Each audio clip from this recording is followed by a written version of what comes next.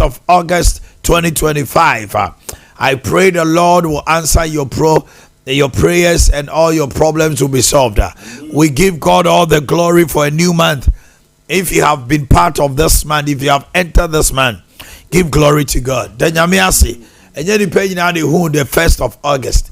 It is Yasoya no passing a radium 1st of August. May his name be praised. And the Munyam share and canity. Amen. Yo, Enra, and Mofra Mo Bogu Savior Church. Ye ka omu nyina gu amnem. Ema ye kra wo mo. Na eya rehosem e wo Bogu. Eno ye de bebre mo. Paul Adumo chiri. Afani eyemfo wo bepu aba.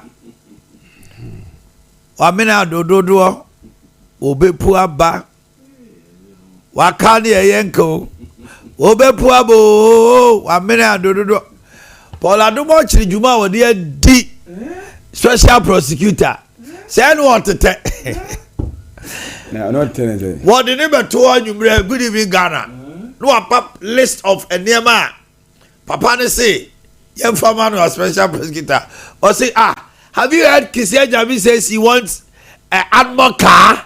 For what? Hey, Kisia Jabi, what do you need an animal car for? Kisi, I know you. You're my friend. Send what to tell. Ghana Airport Company Limited, Boakye. What do I know? What do I know? Call ya? I'll say 10 million Ghana cedis. You try to solve your boy. Where you to spending night war? The commercial home in him no pay a jano cra. Say on meeting big condition. Wakani a yanko. Hegisia Jabe. Or just say a payback time. Anquanoma. Anquanoma the obo. Say you went away no my. I'm very easy for who. I need press him. Dia papa we dia ya DC. Abana wa wo aba no wa utwate ho no. Basically say Jabe ye jana kufu adokro be invite no. O masene aba ma na Yaw. Basically say Jabe ye jano na na do free land bo be invite no. Oh yes there no pre. Kisi Jabe. Oh say. Akwanoma. O ma hwani pa. Benum si atwe wo pe. Me ye ni e betimi bia memre so anamiko. Hwani po invite one kenu for that. Aha. I don't know if that is one day. Busiano. Say Busiano ni nyai. And obi obe Busiano bi anso so bejo de. Hey mai. Juma mo de papa yi. Almost say o hana Gabi abetro if he can't do the job he should just get out of the kitchen and why. Na Gabi no ogwan na wo nya no. Wow, so ne kofa no kosi wo. One more deal. Kisi Jabe. Oba initial almost where you put it. Who say on survival any be chief justice any be no. Yes, petition. Petition no say nke the uniform. I na fa. Chief justice na chief justice say munye do no. Chief justice say faso ni so. Na chief justice chief justice no ni ma say ko fa. Go was so man. Man you ko ni baby. Sure. Ye abobe ka frantuma. Kisi Jabe. Paul Admochi, miss every day na papa picture of Paul Admochi good in Ghana. Also, a investigation on Ghana Airport Company certain corrupt practices be a consul. Now the board chairman is complicit and two others. Until he has case to answer. Until Omra no buy no more arresting. He was invited arresting Mama the bail of 10 million. He's following the law, and the law is the law. Umo bibele bank no waka chene say kofa owo japade de wo kofa owo japade London property ose Paul Adumo chire kofa na japade mienu a eye London it is never done on famra nsan ya ma obe menti bi da ko ta we hu bi da who him the opes way Paul Adumo chire so e buy bait no the kwa that property has been say ukonya away. So this one there, I can completely say which auntie. Now with a complete persecution. Yeah, consider your Paul Adumo to be weekend no. Ah, also woni bi. It woni bi dia. Wonya meeting be condition. Obeja Monday. Ana wo de onya we. Obeja Monday. I don't say Paul no kaka so oni sa de man. And to Obeja Monday. Ka che na nra say oni sa ne ma na nwumre no. No say na dey so lock him. Ene ma police for ko fa ne call Kaukudi. Ah, omo dey pick up ne kwa na boys no. Yaw, Obeja Monday. Na Paul na ko say na oyawe. What it is here? What is here about the funnel? Person or locking it up. I know Casenka Monday. Monday weekend. Our Okani now on the program. So, and Paul Admochi say, "Was your way in commission?" Paul Admochi. The later a special prosecutor also catch and says, "Well, man runner, you be declared wanted." Arrested. No. The whole can of Foriata cry. Wow, on another chair. What the share? Kisia Jabe. I'm going to for the lawyer square. I'm going to see how anything could just so Bakubi was when I see you MIIF one also wajini. I wajini passport. Well, yeah, bravo. My say, oh, we did what you say. We'll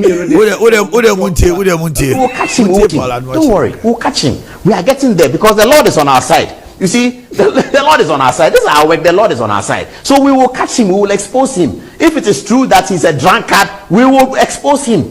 But we don't know that yet. But people say that he's a drunkard. I see him. I don't see him drunk. But they say he's a drunkard. Okay. So we'll catch him. Don't worry. We'll catch him. We are getting there because the Lord is on our side. You see, the Lord is on our side.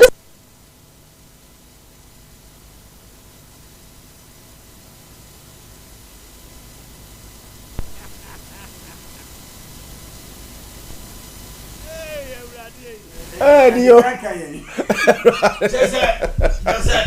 you say special prosecutor or discourse? oh yeah, Juma Kasa. Oh yeah, Juma. Oh yeah, Juma. Awajawa. Obeso chimimiano. We sana metete.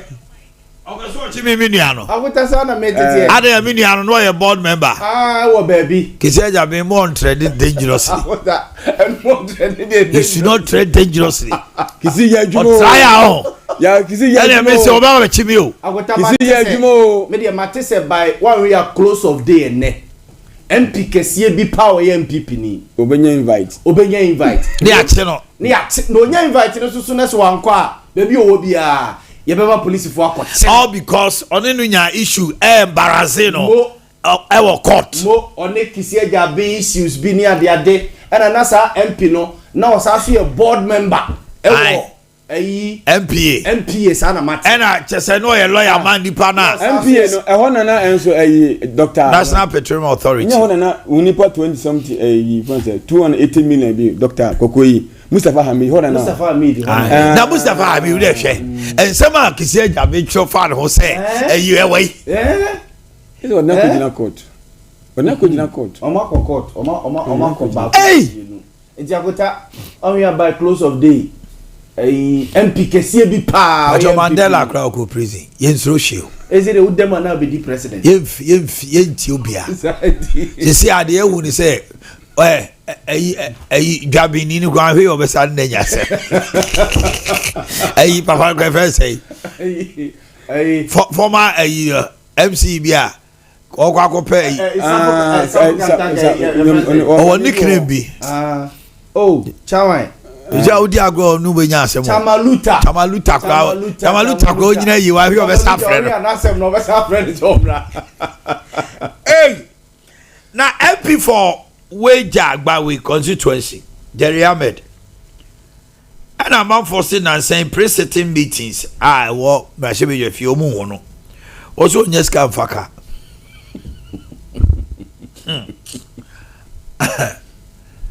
Yaw.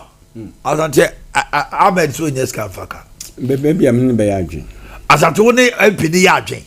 So a first timer. A first timer. Ya munya so.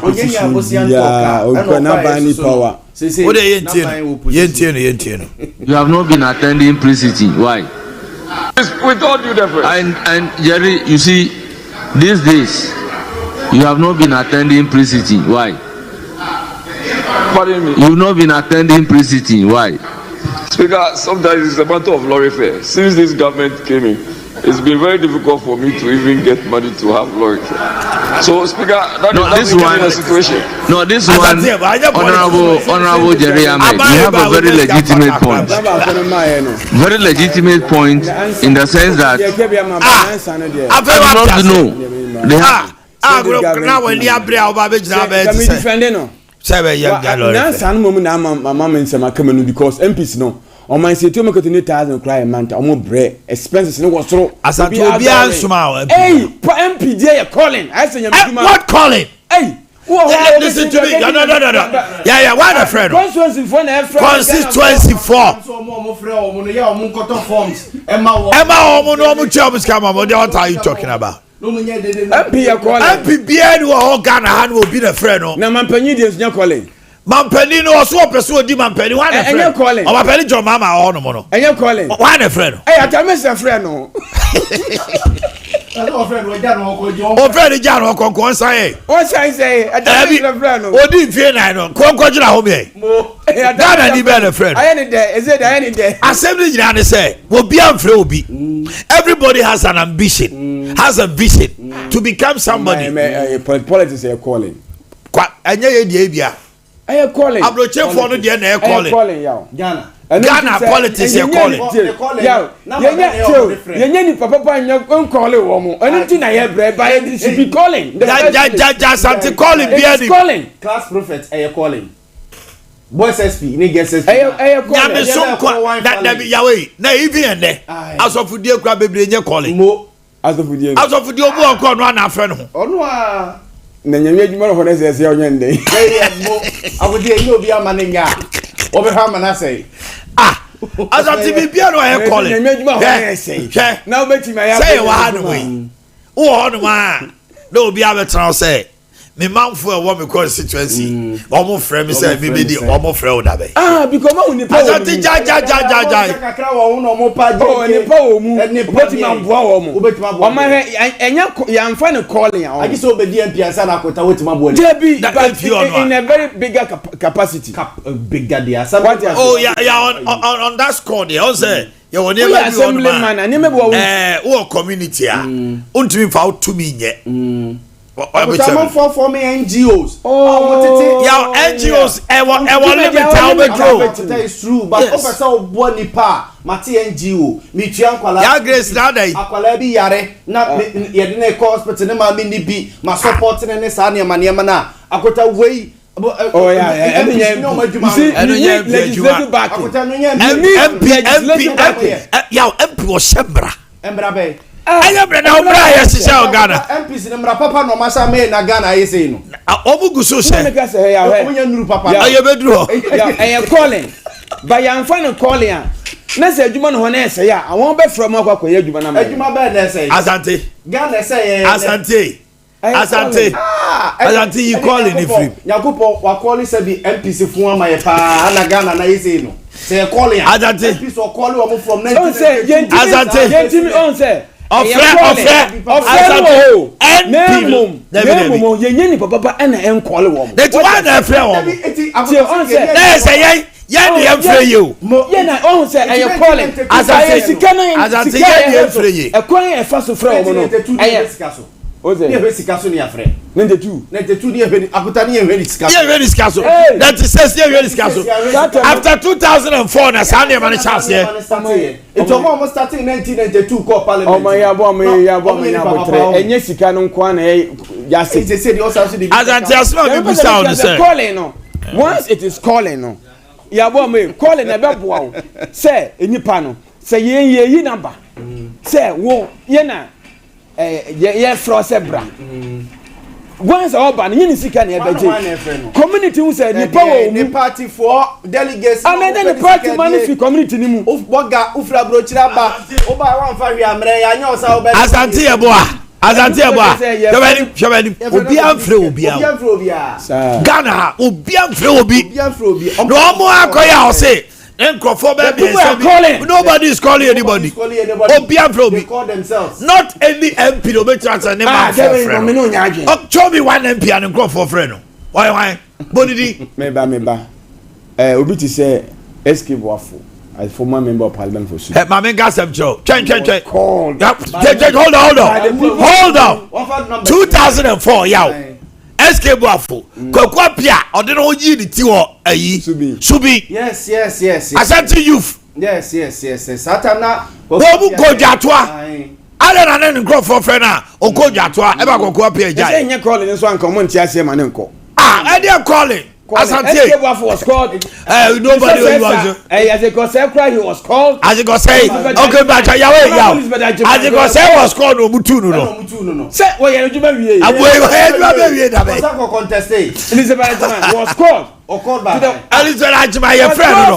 Odo chairman de kotu no. Debi o man was he calling should have a limit. Okay. Yes. Ya me friend wa obre odi ma oye adwuma. Me pacho enye special calling here. There we dey calling. Political calling. Political calling or timeline. Mo pan ye for there o gasa de obi ti say chairman sa de o mo friend na akosi. O say only 24 years. A chairman sa de o si o mo say. Was it chairman sa friend de dey automatic. Oh, honestly dey say calling na bia. Send me boss ba. You do me route the nam no, but there be answer me say calling. You want to because when the applause is so high and have to leave the stage. And you want to say 28 years. And for 20 years cry ja to omo. Kodo tobiri. Can just say akwasi jamfi there calling. Bobin dey say calling. Many problem say because Kodo tobiri from 92 Kodo tobiri. Na ye catch akwasi jamfi. Uyi de udi twam ko obo ase no a omko anyina anye. Kobusa ase akwasi jamfi. Jacobu say you calling na. And the MBD nye calling. Anya calling back okra. Eye self calling. What have no? Enti Jerry me onya de okeka no. Kakra me delegates no anenu. Ghana ha no civil servant be dey 20,000. Na adodo de wo committee level. Okeka ni nyina boma. Udim sika wonya. They get almost 40,000 50,000. Ghana ni be nya sa de ni bla be nya say wonya sika faka. Wonya say no okeka kwa me. And omunyi ni free so na. Politics na. Politics na no ye ja no na.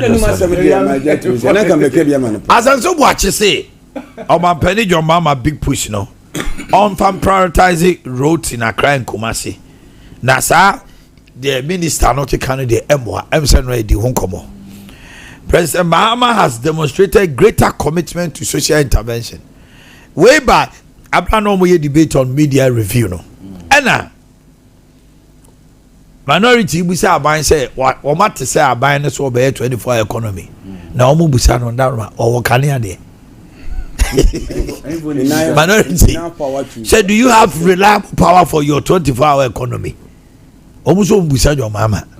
Now the Kanye ya papa pre or catch almost say or 24 hours or Kanye there. Maybe at the TV no bedroom no so. And on my power generation because if the cost of the power can or say timber from those the purpose the purpose of 24-hour economy. Say, what was touted during the election it's a totally different one we are hearing. The abino catches is here entirely different technical idea. The ordinary Ghanaian say or Tiasia and a Ghana need be or 24 economy. Yet campaign I said the Omodia to a Gusitan of the Abande a zero. I was said on my can reflect on the ground because soon be out.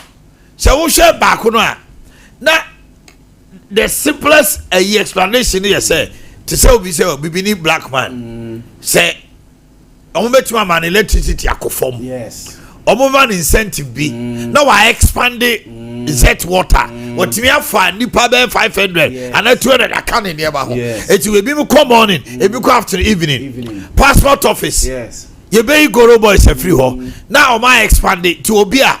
So, and no, for Busa say it should be demand driven. Yes. Because I mean, here near maybe Vesta oil. Yes. Ubetima my Vesta oil here 24 hours when one man on market. Vesta oil. What catch the SHS 1 year say oil I de be aduane nyina da every vesta oil Ghana prisons government institution bi amono aduane ni ade bia no mu fidi omo no vesta oil hospitals immediately there is demand. Yes. Obefedi pa nyo na be catch us on fedi pa. That is what we understood to be 24-hour economy. Per 200 gallons. Hospitals sell per 300 gallons. So there is supply all the time. The supply chain. Or your production to no way there. Ye kwako I from place ye koye 2 million Greek. 2 million arable land ye koye irrigation. They dia aduane na ye dia supply industry so na 1D1F ibusi mumfanya ejuma na be ne benye nsebo no man no ka se benye nsebo on the obeki kabili sada class oba why budom no on the say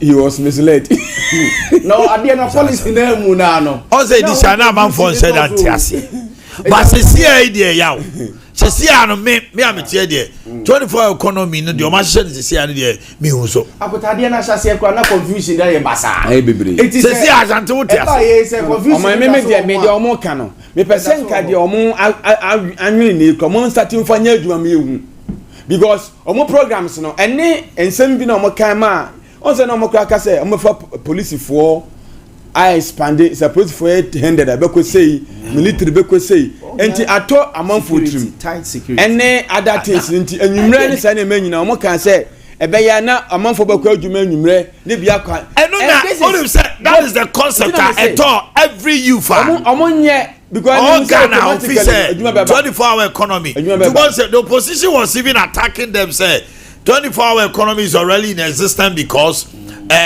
nurse for police for companies be here 24 hours but it should be demand driven. Yes. There should be market availability nipa no anyama na o produce no it is market is readily available for purchase but when na omo ye no akọ divert akọ to say agriculture because you see how kwakọ ye 2 million acres of arable land amana ye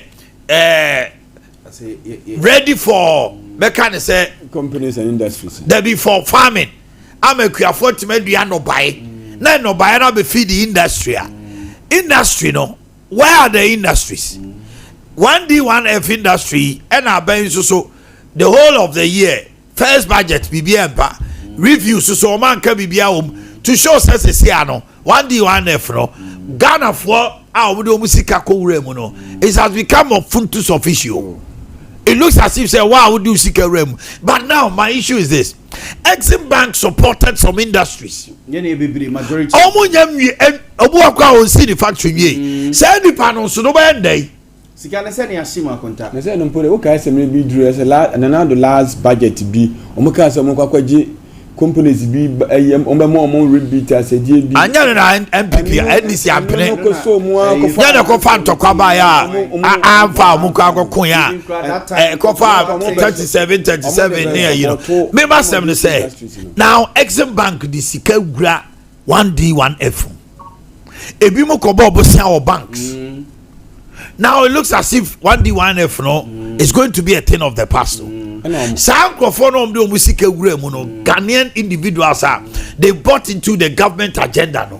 They have become a minority, a silent minority crying.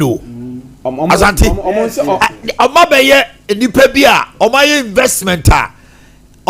Is gone down the drain. Yes. That's what interest on the loan now pattern might be a one an investor be because a lot of the 1D1F they ebimo ewie we are factories are do kakra bi so be bia no finance dey so bu okra o sese machine dey see bibia ase it buy amanyo seven say ye industries me dey feel say buy no 1D1F no onkom say Ketasha the prayer womb na Exim Bank penifo ni bi ade omo ye omo anje ni ya Christian Jabinyo ne o international man fro omo efiada no oja omo ejuada obi a desika obi a o de beba se sikase bia nim na se eniema no ye fine say obi ji say dedel ayi rice that man no wa she bibia was he a beneficiary? Yes he was na kasa prekonom ne ade nyina say ye pagya wo one day one for refi product no mo kotwa free is it Nigeria ne Cote d'Ivoire but kasa preko enya sa modern machine bia no de can product and obi o ye can bia no otwa no ha de kasa preko no ya obi say unije no so come on yeah unije mo enu ti be free say nipa no be say no mam ye nya o mo mpro enu na Nigeria Obasanjo ye ya odi pagya Dangote mo ne otedelo mo ne alumelu mo no ne adanuga no ma me unije say omo ebua no wie ye no na nke bia Kumasi Metro schools no akota ebia opokuware prempe isa omo Kumasi Metro Metropolis no na nke bia omo school uniforms omo outing omo cloth ne sa na manema ma unije say unije pam Radegana pa there one market so be say on some man peri jo mama say market sanitary pad you know omo producing locally yes ma who say is it Kumasi prison in some prison I install it machines bia omo de ba be ye pad meto bi afri omo ho but your other that company say omo ye sanitary pad they come in demand omo me no I don't know you are more ya sanitary pad yes atuforce which means atuforce enemy ya sanitary pad it is amoni kwaku Leicester Ghana CEO now only on the board transi say sanitary pad no Ghana for man who say ya sanitary pad no papa omo pa produce it locally we want to support you out onu kra no one man 24-hour economy no let's say ebasa nyo na why are we not supporting our own yes because demand me say 24-hour economy a demand driven obi nkan cho say ekia no omo di beni namu de omo ya manipa agina ye bebe tell for you omo tititi afie me do Christmas a pressure wo mo so no say be bon night obo night nyo na be ka kire no onye obi na be ka kire say ye adwuma na dwe no say be ya me say wo omo pimpam e ma no omo pimpam me man e ma yi kente ni ade no bebere bon night yeah hotel as on the to me ene ya tell afo bebrebe se be bi wo dimu ho ne ade a omo atade pa se obepam no wonya bi mpam de opam aye wo mo se wo ye ho allowance asaje obo ho ne ade aye friend altration na oye no baba eno ne hia wo because say baba ya de o Ghana ni is that baba of four Ghana for pam entire promote to baba kaka baba asida house oh madam for be so for cross so wo else wo baba wa asida house o se see baba ya de baba bo wa yi huma wa so see na e ma no mo bank no o mu coat no o mu ko general line no de ama baba no de abia baba na kana ka e ma na bank no fine o mu try no money na baba charge pure ama o mama say na make a besu so ni say o mu loan no ma shine high yeah we dey make a besu so ni say say no ade pam no na first na o ko sua so be pam entade gidigidi no boni wa wu no e no ba ho mo boni wa wu sunfra broche na ba ba say at least when you adwuma ye senke pam ni bo ya boys and girls here African we no mo sepa we me can say tell ni no o skills wo fom so what so upgrade one asante na yes I won upgrade you asante na ka bo mo ho ne mo ne ko he and boys now mo pam ne ma no design ni ade o mo ye no every day kwesi ada na ko asori kwesi ada uyi ntade 100 mu be 80 kaftan any mother pam and boys no mo your friend say boys you more banks ne ho ahwan no wa set ne tie ne sa ne ma na it's weekend almost kaftan majority a kaftan I'm telling you enti omo mo operation for but operation no yeah no operation do na disappointed tailors yeah na operation Friday be a disappointed baba come disappointed tailors oh yeah go former and so no say no operation for no so be kone omo tapam kwala school shows no mo your friend say abandon school uniform. And I will to be proud Srefa. And I'll say Fakomano. I don't think you will designers at this time around boys. Yes. Otresi for no like you said. Ana ya hey no kwani say. I be say boys na maybe say my real say na Frank. Say Frank. Me boy I know pam kafta ma me Ghana ha. Me ne kwagu sapon achi. Obi free Canada be far. One ne ma mienu na ode om call Canada. Dey so pam ade e wo Canada sisi a. Yeah, me say me kaftan na we realize for quite some time me share kaftan. Because the baby obodi ma me kaftan. Opam ma me amesha na ma ye beberebi. Na kuta Frank kra pam sa political suit ni bi so we abeka. Na ya won say me political suit. Obo na me share political suit bi pa. So wo sha ho. Just a wood Oga sa opam no. Ombusa say okasa opam ya. Papa ni ba Ghana o. Papa ni ba Ghana me me manui. Manui o. And I'm say Frank, my mom pay ma una. Nyame metam no menko Canada. Canada no nko pam. And I'm born pay ma no. So me born pay ma no wie ye no. Me o ha was so man bia be of Canada no say obeso be fa no ne koye adwuma na see agona diana. Abe me ampa na boy na me no mo. Me o ma na papa ya je visa ma Frank ni ma mienu. The ma boys so very good. Omo Canada sisi a. Papa na ye whole showroom. Frank pam suit akasa te say suit say o pam kaftana. Asante bi so jirema ho. Atade e hyewi. When pam Africa there be atade e hyewi. South African way aye pempami. Frank nko pam a ho. Or different texture or the beka ho. Na say my brand say bia no so yade. Yes. Ono so kone na monkan ye friend Akufado short man bi sa wa hojo wasaba ena my day masa ma de me so mpam ayi esi aminim so call krane ne nsa no na sesa ompam ba ku bi ma me hwe Okay. Akufado na pam sa entomata de ni bi ma me no Okay. opam tomata de ma wa ho na sewa unim watade we on wudie we ko ma white be unim do be ye entomata de no osese otwitwa ntoma no to no asase ntoma no foforo ena entoma na wasese no so no enje say bia lie the demo. I don't know how the boy does it.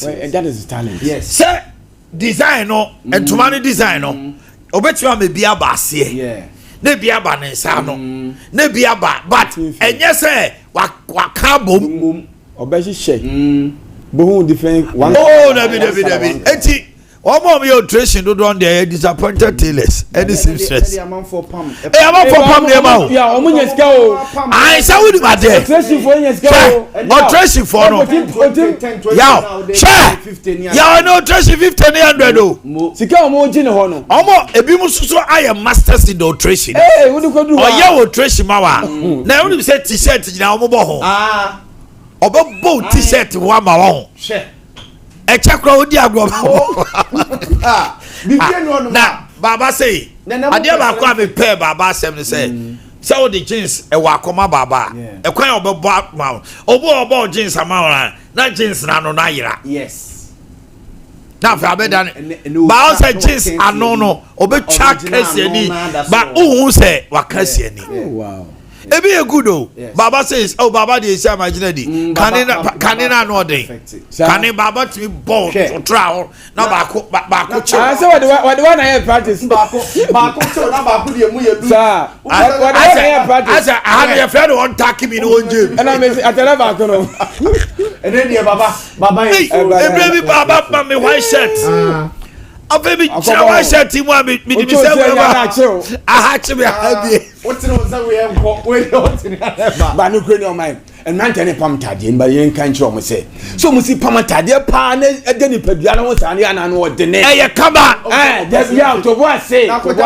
say what MC opare na say MC opare wa fa say MC opare de so no na tade de pencil to onim ale o wari wie no kese no still am I oh na no MC no na kakra o ma me say atade no onim say yeah no the try no atade na pam ketu asa no omo so mo de polythene bag show mo na ho Asa no what? Asa no dey so. Na abranche that dey nse wi a. On na different o me brenye na dey. E dey kwasa. E dey fashion ko ano no. No ba say fit no. Asante. O fa bi tu ja. Asante nyame ni trousers so so aho. Dey bi o ye bebre. O say eda ho kaka. Asante.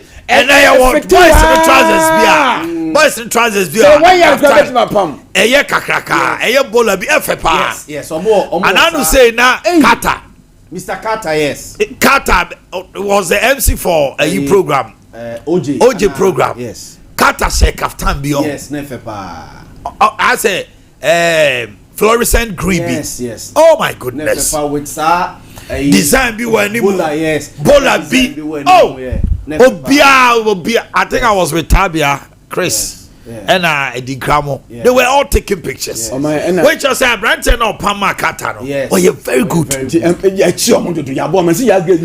the Eche? Who say Atade branch? Design. Oh, the Eche now MC Opare. So MC Opare now the MC Opare ye. And he said you was here pencil. No, Pambola. No, kwase bola. Yeah, about your cobra.